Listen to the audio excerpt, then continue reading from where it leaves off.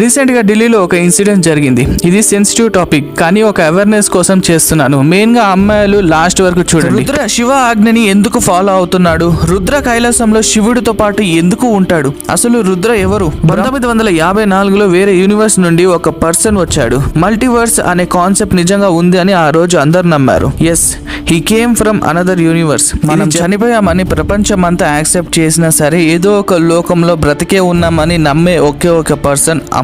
చాలా మంది beginners gym లో జాయిన్ అవుతారు. అయితే వర్కౌట్స్ చేయడంతో పాటు కొన్ని బేసిక్ డైట్, న్యూట్రిషన్ ఇంకా ఎక్సర్సైజ్ చేస్తున్నప్పుడు బాడీ మెగ్నీషియం గురించి తెలుసుకోవాలి. కన్సిస్టెంట్ గా జిమ్ చేసే వాళ్ళు ఎందుకు షుగర్స్ తీసుకోకూడదు? షుగర్స్ కి, ఫ్యాట్స్ కి మీ బాడీలో రిలేషన్ ఏంటి? వే ప్రోటీన్ అండ్ కెరటిన్ కి డిఫరెన్స్ ఏంటి అనేవి చెప్తా, వినండి.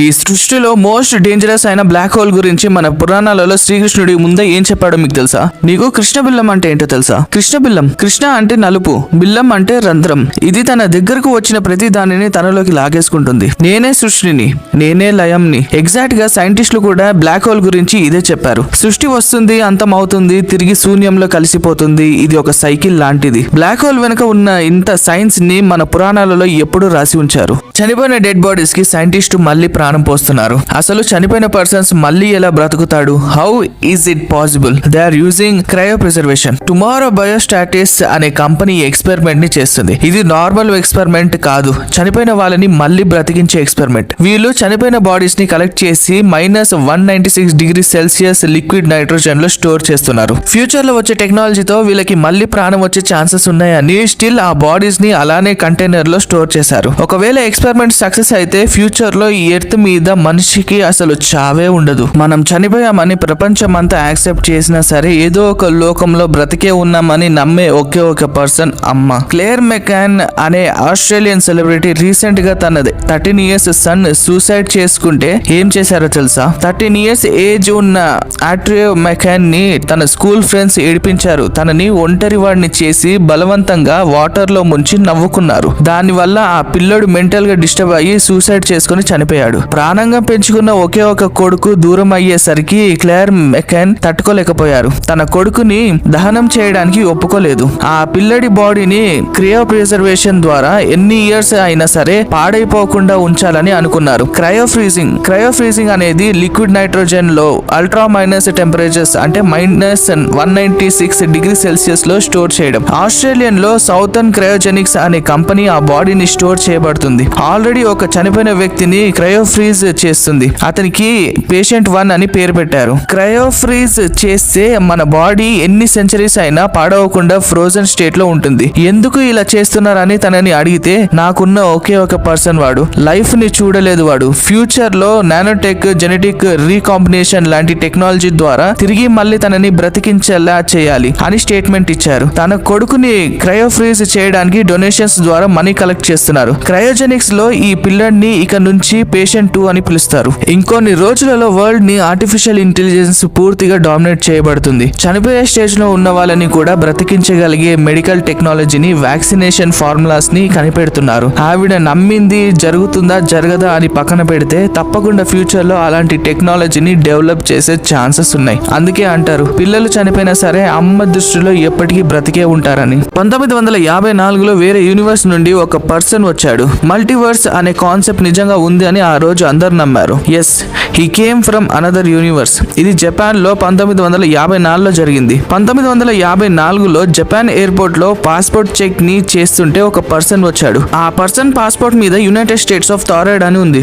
అయితే యునైటెడ్ స్టేట్స్ ఆఫ్ థాయిలాండ్ అనే కంట్రీ అసలు మన వరల్డ్ మ్యాప్ లోనే ఎక్కడ లేదు. యునైటెడ్ స్టేట్స్ ఆఫ్ థాయిలాండ్ అనే పేరుతో ఇలాంటి కంట్రీ లేదు కదా అని ఆ పర్సన్ ని అడిగినప్పుడు ఆ person Thailand country 1576 years old నుండి ఉందిగా అని చెప్పాడు. వెంటనే పోలీసులు ఆఫీసర్స్ ని ఆ పర్సన్ ని అరెస్ట్ చేసి హై సెక్యూరిటీతో కాపాలో ఉన్నారు. బట్ ఆ పర్సన్ కొంచెం సేపు తర్వాత డిసపియర్ అయ్యాడు. అప్పుడు జపాన్ ఎక్స్పర్ట్స్ చెప్పిన విషయం ఏంటంటే ఆ పర్సన్ వేరే యూనివర్స్ నుండి వచ్చాడు అని. అయితే ఈ మల్టీవర్స్ కాన్సెప్ట్ అనేది మన పురాణాలలో ఎప్పుడో చెప్పారు. శ్రీ మహావిష్ణువు చాలా యూనివర్సెస్ లో ఉన్నట్లు గ్రంథాలలో కూడా ఉంది. మల్టీవర్స్ అనే కాన్సెప్ట్ ఈ ఇన్సిడెంట్ జరిగే వరకు ఎవ్వరు నమ్మలేదు. బట్ మన సనాతన ధర్మంలో మల్టీవర్స్ అనే కాన్సెప్ట్ ఎప్పుడో రాశారు. రుద్ర శివ ఆజ్ఞని ఎందుకు ఫాలో అవుతున్నాడు? రుద్ర రుద్ర కైలాసంలో శివుడితో పాటు ఎందుకు ఉంటాడు? అసలు రుద్ర ఎవరు? బ్రహ్మదేవుడు శివుడిని ఒక రిక్వెస్ట్ చేస్తాడు. ఆ రిక్వెస్ట్ ఏంటంటే కొత్త క్రియేషన్ జరగాలి అంటే పాత క్రియేషన్ పోవాలి, వాటిని డిస్ట్రాయ్ చేయడానికి నీ హెల్ప్ కావాలని అడుగుతాడు. శివుడు ఎక్కువ టైం ధ్యానంలోనే ఉంటాడు. సో బ్రహ్మ కోరిక తీర్చాలి కాబట్టి తన అంశతో 11 ఇమోర్టల్ బీయింగ్స్ ని క్రియేట్ చేస్తాడు. వాళ్ళ పేర్లు చెప్తా వినండి. కాపలి, పింగల్, భీమ్, విరూపాక్ష, విలోహిత్, సహస్ర, అజాపత్, హైర్భుంగ, శంభు, చాంద్ అండ్ బావ్. ఇవే ఆ ఇమోర్టల్స్ పేర్లు. ఈ 11 ఇమోర్టల్స్ ని కలిపి రుద్ర అంటారు. ఆ 11 మంది ఇతనిలోనే ఉంటారు. మీరు మూవీలో చూస్తుంటే ప్రభాస్ వేరు వేరు ప్లేసెస్ లో ఒకేసారి అన్ని క్యారెక్టర్స్ తో మాట్లాడతాడు. ఇదే దానికి రీజన్. ఇంతే కాదు, శివుడు రాక్షసుల మీద చేయాల్సిన యుద్ధాలు కూడా వీళ్ళే చేస్తారు. ఇప్పటికీ మీకు అర్థమై ఉంటుంది, శివుడు రుద్ర వేరు వేరు కాదు, ఇద్దరు ఒకటే. శివుడు హంస నుండే రుద్రుడు వస్తాడు. ఈ రుద్ర మల్టీవర్స్ కూడా ట్రావెల్ చేస్తాడు. గోల్డ్ ఎందుకు అంత కాస్ట్లీ అని ఎప్పుడైనా ఆలోచించారా? మిగిలిన మెటల్స్ తో కంపేర్ చేస్తే గోల్డ్ కి చాలా స్పెషల్ ప్రాపర్టీస్ ఉన్నాయి.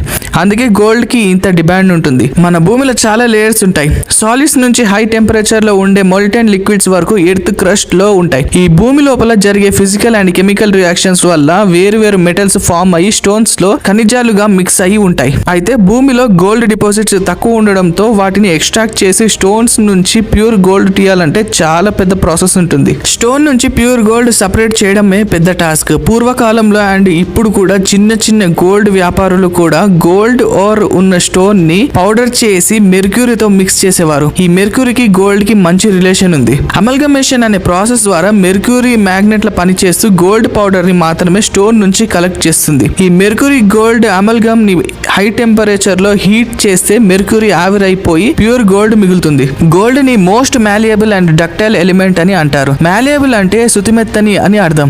ఒక గ్రామ్ గోల్డ్ అంటే రైస్ గ్రెయిన్, బియ్యం గింజ అంత గోల్డ్ ని ప్రెస్ చేసి 1 స్క్వేర్ మీటర్ థిన్ షీట్ ని తయారు చేయొచ్చు. ఒక యావరేజ్ పేపర్ 130 మైక్రాన్స్ థిన్ గా ఉంటుంది, కానీ గోల్డ్ షీట్ 0.12 మైక్రాన్ థిన్ గా ఉంటుంది. గోల్డ్ డక్టైల్ నేచర్ అంటే కేవలం ఒక గ్రామ్ గోల్డ్ తో 2 కిలోమీటర్స్ లెంత్ ఉండే సన్నటి వైర్ ని తయారు చేయవచ్చు. గోల్డ్ మెటల్ విరిగిపోకుండా ఈజీగా అంత సన్నటి వైర్ లా సాగుతుంది. ఇంకా ఏ మెటల్ కి కూడా ఈ ప్రాపర్టీ ఉండదు.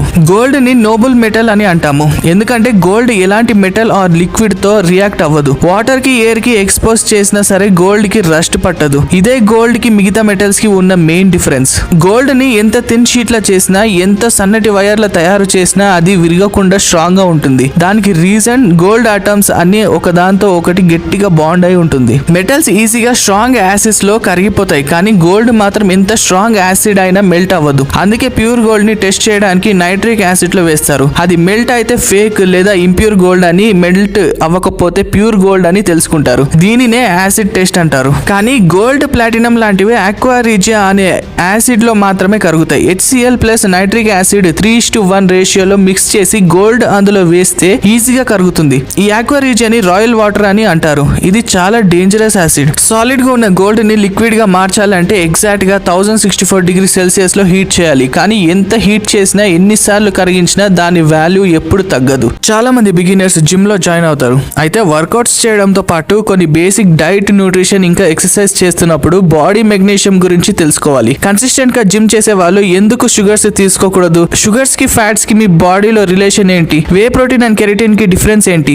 అనేవి చెప్తా వినండి. వే ప్రోటీన్స్ లో మిల్క్ ప్రొడక్ట్స్ నుంచి మెయిన్ గా చీజ్ అండ్ బటర్ తో ప్రిపేర్ చేస్తున్నప్పుడు బై ప్రొడక్ట్ గా వస్తుంది. మజిల్ టిష్యూస్ గ్రోత్ అవడానికి ఈ ప్రోటీన్స్ చాలా యూజ్ అవుతాయి. జిమ్ చేసే వాళ్ళు మెయిన్ గా 2 రకాల వే ప్రోటీన్స్ తీసుకుంటారు. నంబర్ 1 కాన్సన్ట్రేట్ వే, నంబర్ 2 ఐసోలేట్ వే. కాన్సన్ట్రేట్ వే లో 70% ప్రోటీన్స్ అండ్ 30% లాక్టోస్ ఫ్యాట్ ఉంటాయి. ఐసోలేట్ వే లో 90% ప్రోటీన్స్ అండ్ 10% లాక్టోస్ ఫ్యాట్ ఉంటాయి. మీది లీన్ బాడీ అయితే మజిల్ మాస్ పెంచాలనుకుంటే ఈ వే ప్రోటీన్ ని రెగ్యులర్ గా తీసుకుని వర్కౌట్ చేయండి. కెరటిన్ అనేది మెయిన్ గా ఎనర్జీ కోసం తీసుకుంటారు. Heavy weight and strength training చేసే వాళ్ళకి ఈ కెరటిన్ ఇన్స్టెంట్ ఎనర్జీగా పనిచేస్తుంది. నార్మల్ గా కంటే ఎక్కువ రెప్స్ చేయడానికి మజిల్ అండ్ బోన్స్ కి పవర్ ఇస్తుంది. ఫాస్ఫోకెరటిన్ అనే ప్రాసెస్ ద్వారా మన బాడీలో ఉన్న కెరటిన్ ATP అంటే అడెనోసిన్ ట్రైఫాస్ఫేట్ ని ఎనర్జీగా కన్వర్ట్ చేస్తుంది. అలాగే కెరటిన్ వల్ల బాడీలో వాటర్ రెసిస్టెంట్ కెపాసిటీ పెరిగి మజిల్స్ ని ఎక్కువ పంప్ అయ్యేలా చేస్తుంది. మనం తింటున్న షుగర్ గ్లూకోజ్ మజిల్ సెల్స్ లోకి ట్రావెల్ చేసి ఎనర్జీగా మారుతుంది.